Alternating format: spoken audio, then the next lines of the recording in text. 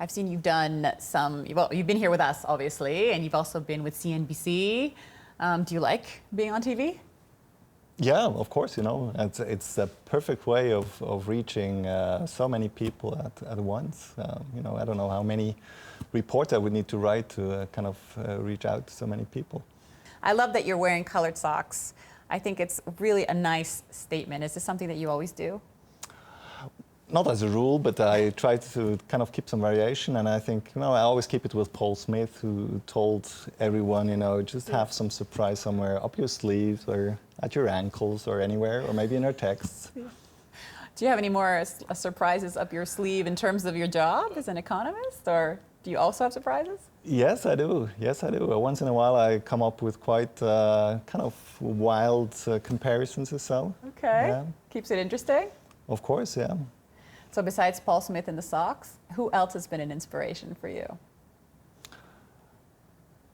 I have this faible for Austrian economics, and these, the Hayeks, Schumpeter and the likes, and they were not really taught at university, so I had to kind of dig myself into that in later years, and that was quite inspirational. It actually was very timely because this was one of the schools that always had these type of great financial crisis as a possibility. I think it was a very telling exercise to kind of go into that. What is money for you? Money just increases degrees of freedom exponentially. It's a means, not really kind of an ultimate purpose, but it allows a few things, of doing what you want to do. Do you find that people in finance get a bad reputation for being money hungry or greedy or whatever the case may be? Well, that's a cliche, and that's what you're always confronted with, And I think, for many people, actually, money is a real taboo. You don't talk about it. Maybe you just own it, but you don't talk about it. And I think this is different in finance, and sometimes gets you into difficulties, how to relate to this. Do you find that we've learned something from the crisis in 2008? Yeah, definitely.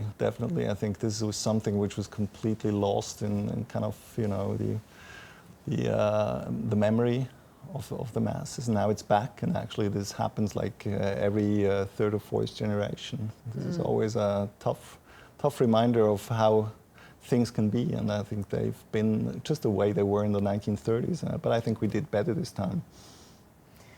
What do you like about your job? I like about my job that this is so hands-on and this is so straight in what's happening out there. And I think people still underestimate, how intertwined the financial world is with the kind of everyday life. So, what you experience on your phone, when you go around, if you shop, lots and lots of that is actually very much interlinked into what we do. I'm going to throw a couple of dates at you. One of them is September the 6th, 2011. Where were you? Just back from vacation. It was a horrible way of getting back from the summer vacation because there were weeks and weeks of, Swiss franc strengthening, which is always a bad thing if it happens as a shock, especially for the financial services. So we were all over the place, and then suddenly, the Swiss National Bank came in and at least drew a line in the sand. And then, of course, that was the capping. Now, where were you for the uncapping, which was January the 15th, 2015? Well, believe it or not, I immediately landed in Istanbul for a market outlook when the phone rang and my boss told me, oh gosh, they removed it.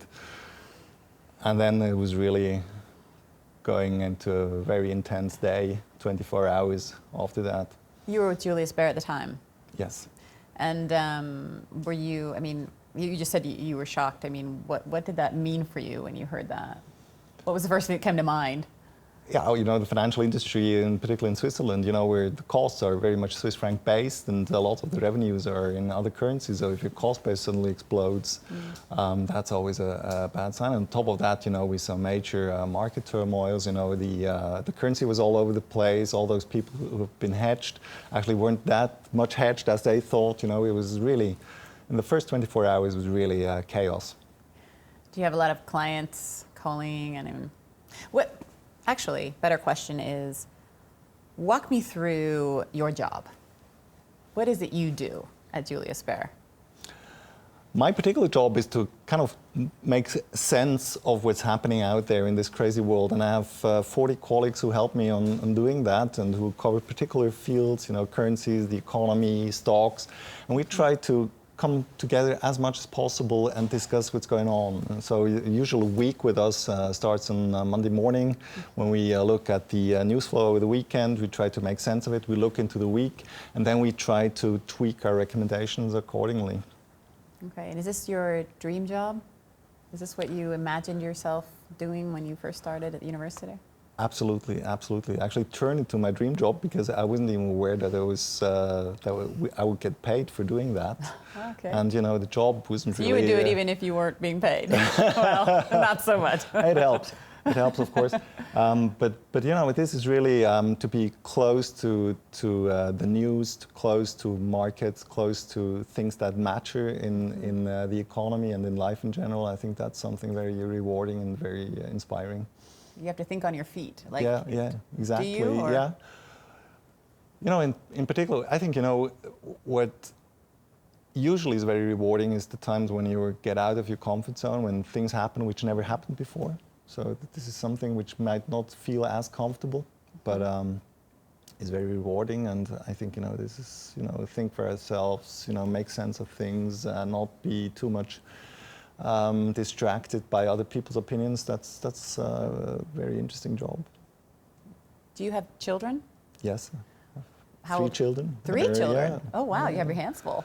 Yeah. There's lots of things going on. 2 teenagers and kind of a laggard girl. Yeah, we a lot and try. And I always say, if you can't explain it to your kids, maybe you don't know what you're talking about. This is exactly what I was going to ask you. Yeah. I mean, that's still my ambition, to have like a 6-year-old, to be able to explain to a 6-year-old. I'm still stuck at the 10, 12-year-old level, but I think I'll get down to that. And what do you tell them is important about money and handling money?